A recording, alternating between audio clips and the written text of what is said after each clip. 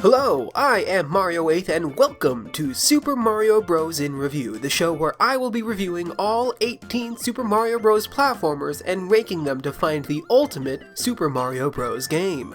You can find all the previous and future videos in the playlist linked in the description, but first, this week we will be visiting Super Mario Odyssey for the Nintendo Switch. Odyssey had a rare worldwide release on October 27th of 2017, only a few months after the Switch and Breath of the Wild launched. And given the popularity of the Switch, Odyssey went on to become one of the best-selling games of that year and the quickest-selling Mario game of all time, as well as receiving heaps and heaps of praise, for myself included.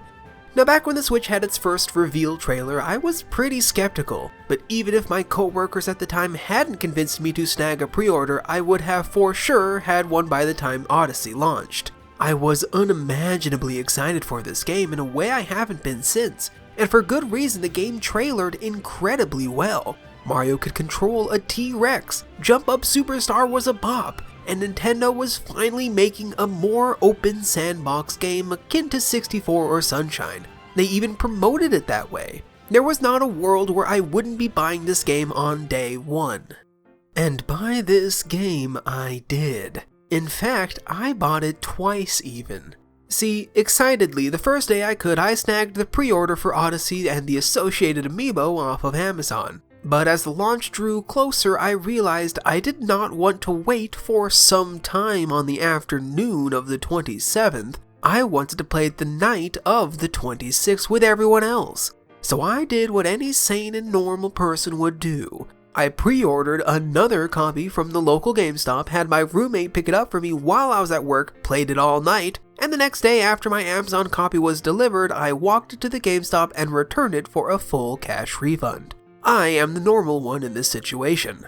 Obviously, I went on to play the absolute heck out of Odyssey. After the launch, I asked my co-worker if it'd be okay if I just played Odyssey after I gave the intro lecture. I was a TA at the time. Luckily, the class size was really small for this section. I only had to answer like a single question. I played Odyssey the rest of the time. At that point, I was in Shiveria.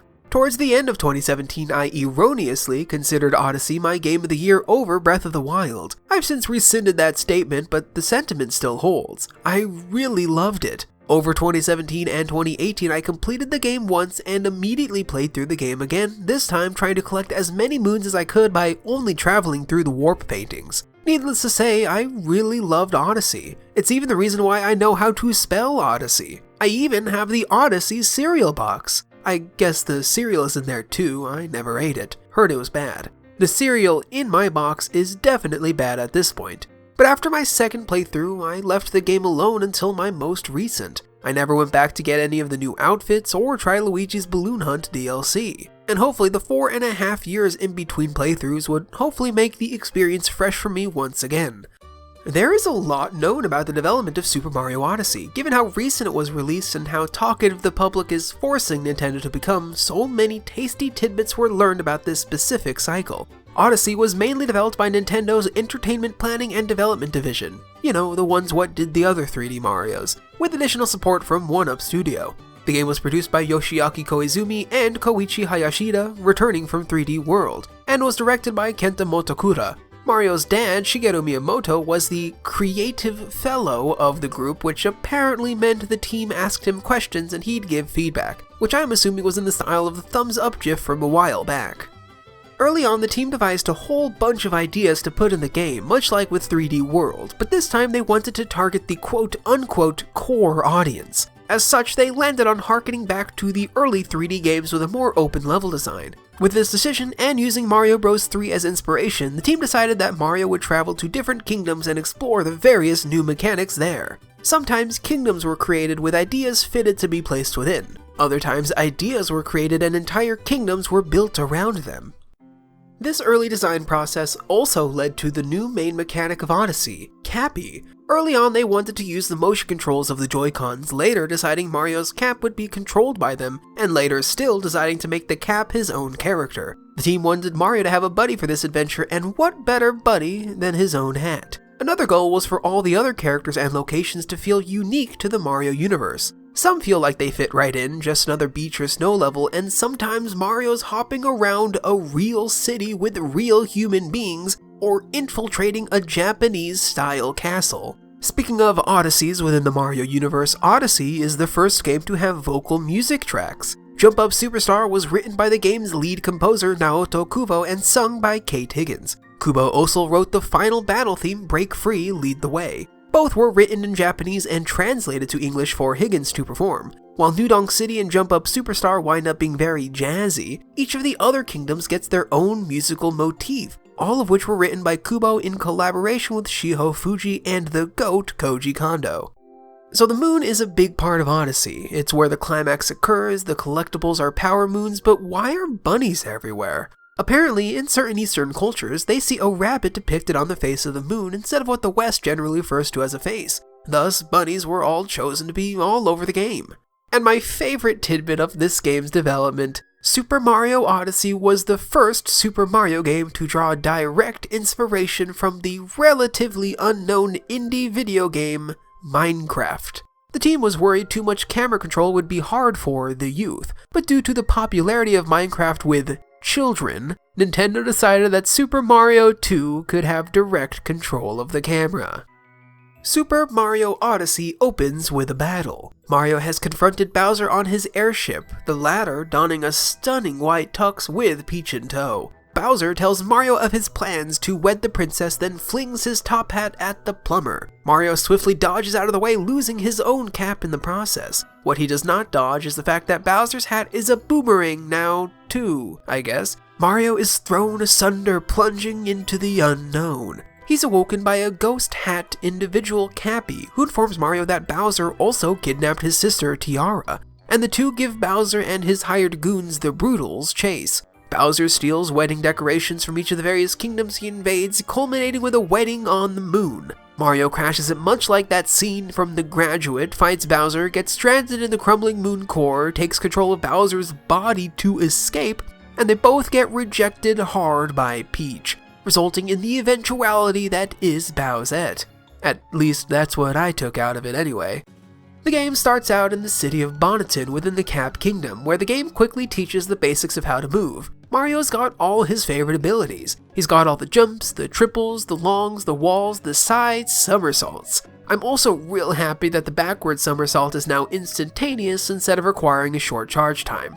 The roll is back and can be rhythmically timed to keep up the speed across longer distances. By rolling in air, Mario can perform a dive once again, and is a really good move for reaching platforms a little too far away. After garnering a friendship with Cappy, Mario's also able to throw him around too. While using the face buttons, Mario mainly throws Cappy forward as a long-range attack. By holding down the button, Cappy becomes a platform that'll automatically bounce Mario up a short distance. But Mario can throw Cappy while in mid-air, even mid-long jump. This resets his movement options, and by diving into Cappy, Mario can get even more air and gets the ability to dive again, making for huge potential distances to be covered. Every movement ability utilized in concert with one another makes for an incredibly fun gameplay experience. Swimming is also good. Mario stays on the surface for a bit, but starts sinking after a while and must swim back up. But this time by diving underwater, he propels forward rapidly. It's a nice addition, and as a whole is so much better than the full 3D movement of the Galaxy games. While utilizing the wonderful motion controls of the Nintendo Switch Joy-Cons, Cappy also gains a few other moves. By regularly flicking the controller, it goes forward as normal, but by twisting it correctly, Cappy spins in a circle around Mario, or can be thrown up or down. I don't actually know. I played handheld my first 2 playthroughs, and this time around I could never get any of these moves to work when I wanted them to. It also became really annoying when I wanted to move my hand, to scratch my nose, or to simply just put the Joy-Con down. Cappy would shoot out with the slightest of movement. The one saving grace of the motion controls is the homing throw. While standing still, if a hat icon appears above an enemy or obstacle, wagging the Joy-Con will auto-target that enemy, which is really useful for a couple of later puzzles. Mario is much more fluid this time around. Running around is quick to get started, fast to stop, and he responds to controller inputs on a dime. I speak a lot of high praise for Mario 3D World with how fun it is to control, yet somehow Nintendo P&D found even more ways to tighten the physics. I'm sure no longer needing to hold a button to run helps, but Nintendo's focus on making the game play at a crisp 60 frames per second certainly carries a large part of that burden. Fairly quickly after Mario's crash landing in Bonneton, Cappy introduces the new gimmick of Odyssey, the capture mechanic. See, by throwing Cappy at a hatless individual, he is able to take Mario's consciousness and put it into this other being. By throwing it at a frog, the frog now dons a mustache and a hat and is under the complete control of Mario. And there are numerous capture abilities throughout the game. The frog lets Mario jump super high, Goombas can be stacked atop one another, bullet bills fly far distances rapidly, T-Rexes let Mario rampage through enemies and obstacles with ease. There are two main types of enemies within Odyssey, larger enemies that can be captured or smaller enemies that get swatted. The former are utilized pretty extensively throughout the game for either puzzles or forward progression, and the latter are just kinda annoying. My biggest and really only complaint with the capture abilities is many gain extra abilities while using motion controls. Bullet bills fly much faster, lava bubbles swim much faster, frogs jump much higher. While playing as a Cheep Cheep, Mario's only attack is mapped to the waggle. And the worst part, there are a few puzzles in the game that require these motion controls, making playing solely handheld an impossibility. And a minor complaint, Mario climbs faster by shaking the Joy-Cons, which led me to physically shaking my entire Switch to make it go faster. The other really neat mechanic is Mario's ability to become 2D again. There are block pipes spread across the lands. Upon entering, Mario turns into a sprite based heavily on his original appearance in Super Mario Bros., and he controls similarly. Mario can't capture enemies in these sections, but he does gain the ability to run once more. And I really liked how these sections are mapped onto 3D objects, making for some really fun warping around curves or even going upside down, and they break up the 3D sections incredibly well. Back to Bonneton, after trekking to the top of the big hat-shaped tower, Mario is introduced to Bowser's hired goons, the main bosses of the game, the Broodals. The Broodals have helped Bowser steal something from each of the kingdoms and each need to be fought twice, with a third time in the post-game. They are all also super easy, only becoming a challenge when the post-game tasks Mario to beat them all in one life. But the Broodals aren't the only baddies fought. Bowser himself is battled twice, and his fights are really fun. And occasionally throughout, Bowser and or the Broodals have hired other guys to terrorize the plumber. These other guys are by far the best fights in the game and usually utilize the world-specific copy abilities. The mechanical Wiggler is fought by controlling a tank, the big balding squid is used by shooting water from above by a Gushin, and there's also a straight-up dragon. He's fought Mano y Sombrero, but it's really cool and entirely unexpected. The final boss isn't even fighting Bowser, it's Mario controlling Bowser and racing through the crumbling innards of the moon while clawing at oncoming boulders and smashing through walls, all while a great pop song plays. Despite the Broodals being only so-so, Odyssey has by far the best bosses of any 3D Mario game.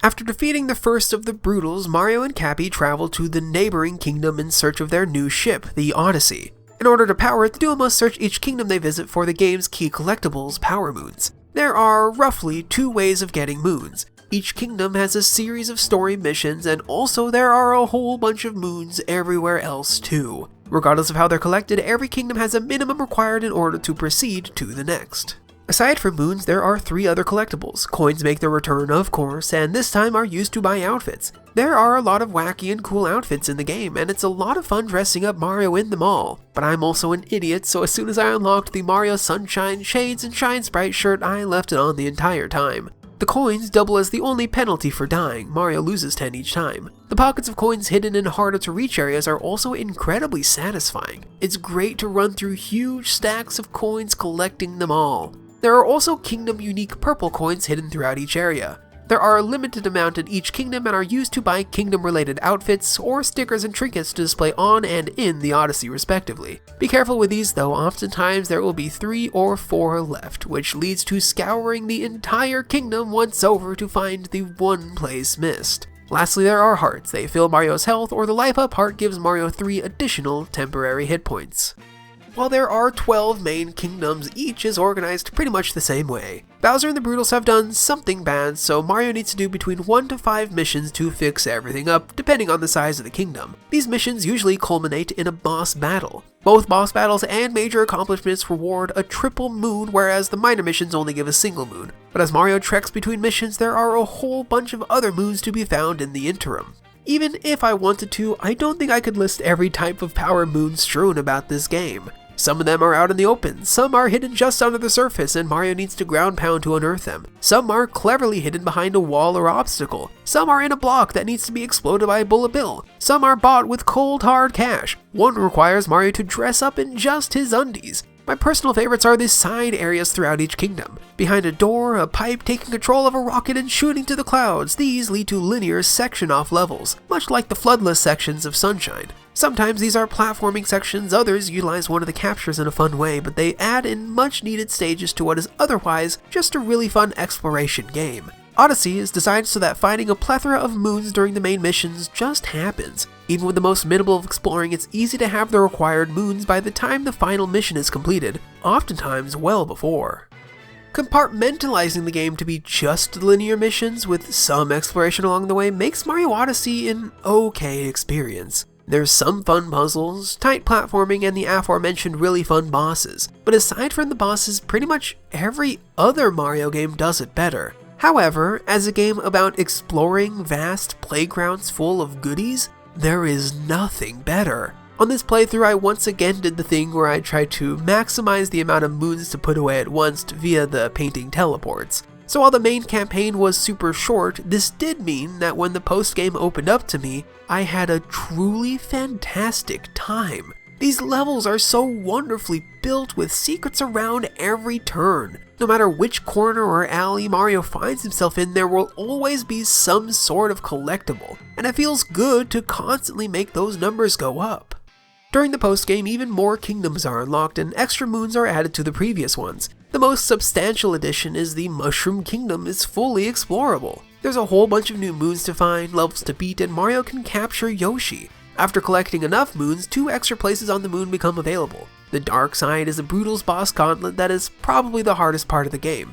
And after beating it, a bunch of hint art and new levels are unlocked. About 12 more hint arts are found that are harder than those from the base game, and a few levels from the base game have been remixed and remade to be much harder. Lastly, as is the tradition since Galaxy 2, the darker side of the moon is the ultimate challenge level, combining many of the gameplay elements from the base game in a 15-minute long extra hard level. It's actually really easy though, easiest of the 4 ultimate levels by far. It does a good job of celebrating the game, but it doesn't have a good enough challenge. The final dialogue after beating it is really nice though. But taking the whole game into account, Odyssey has the most in-game to do than any other Mario game, barring multiple playthroughs for completion. The team did a really good job of making each world distinct both visually and stylistically. Every kingdom gets its own theme to set the tone, and all of them manage to sound completely different from one another. The soundtrack is all really well done. Every song feels like it's part of the same game despite some being in wildly different genres. Additionally, the graphics almost feel different for each. The architecture and sand dunes from Toast Arena look completely different from the high rises of New Donk City, which in turn look completely different from the low polygonal and brightly colored Mount Volbano. The game does a great job of making every kingdom feel unique and lived in, and it certainly helps that every single one of these areas graphically looks amazing. Nintendo sure knows how to optimize for its own consoles. And there has been some DLC. Most of it has been new outfits, which sucks. There was already some coin grinding required to get all the base outfits, and now I had to grind for thousands and thousands more to get the new ones too. But I did get my Mario Sunshine outfit, so I can't complain too much. Luigi's Balloon World was also added in early 2018. I played a bit of it, it feels like it could be pretty fun, but wasn't for me. Mario basically either runs around the various levels and tries to hide a balloon, or searches out balloons other people have hidden. It's a good source of coins if the player is good, a mild amusement for me.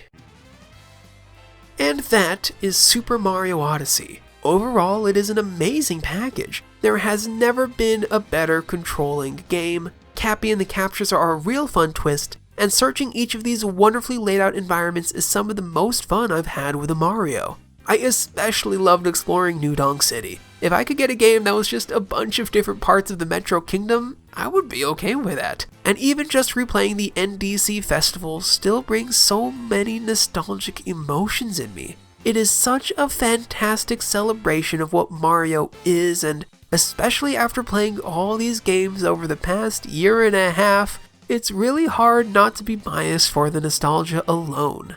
That being said, some of the exploration does take away from the level progression. While no Mario game has had good a sense of place as Odyssey, almost every other one has had better, linear platforming levels. And so it comes down to what I prefer in a Mario game. Let's run it through from the top. The Super Mario Galaxy games combine excellent, mostly linear levels with fantastic world building. The space theme does so much for them, and each of the galaxies manages to be memorable and fun. Mario 3D World tosses out most of the thematics but replaces it with fully linear and incredibly well designed levels. As a single player or presumably multiplayer experience, no 3D Mario game has a better designed set of levels. Super Mario Odyssey has almost no linearity to it. When it is, it's either very short or drowned out by the exploration, but the exploration is stunning. Odyssey has 13 truly brilliant playgrounds to explore, and no matter how much I love Sunshine and others love 64, none of their levels can compare. So do I like the Odyssey playgrounds over the Galaxy linearity and fun thematics? Do I like the Odyssey playgrounds over the stunning level design of 3D World? I also can take into account that 3D World was given some open world with Bowser's Fury, but it's still very different from Odyssey's open worlds. I cannot stress enough how hard this is for me to decide. Should I take into account completion criteria? Odyssey is so much better I don't have to replay anything with any extra characters. There is also so much more content in Odyssey. What about soundtracks? Aside from the lyrical ones, I like the Galaxy and 3D World soundtracks more. Okay, I think I've decided. My new and final ranking of three-dimensional Super Mario games is 7. Super Mario 3D Land, 6. Super Mario 64, 5. Super Mario Sunshine, 4. Super Mario Galaxy, 3. Super Mario Galaxy 2, 2. Super Mario Odyssey, and 1 Super Mario 3D World plus Bowser's Fury. This was hard. Despite my love for Odyssey, the tight gameplay combined with the tight level design of 3D World edged out the fun playgrounds. Maybe. I might wake up tomorrow and decide I like open world exploration over linearity and swap any of the top 4 around. And I might still do that. Next, it is time to merge my 2D ranked list with my 3D ranked list to find the ultimate, mathematically, definitively best Mario game. And during this process, I hold the right to make any number of adjustments, so really, who's to say what my final list will be? We'll find out next. But in the meantime, thank you so much for watching. If you liked this video, maybe leave a rating or sub to be notified of more. While you're down there, you can check the description for all of my socials where I'm at Mario8th everywhere. I'm on Twitter, Tumblr, and you can see what games I'm playing on ggApp.io. Also in the description is the playlist that every Mario and Review video will eventually be in. And if you'd like, let me know what your personal Mario ranking is in the comment section. Anyway, thanks for watching, and I'll see you next time.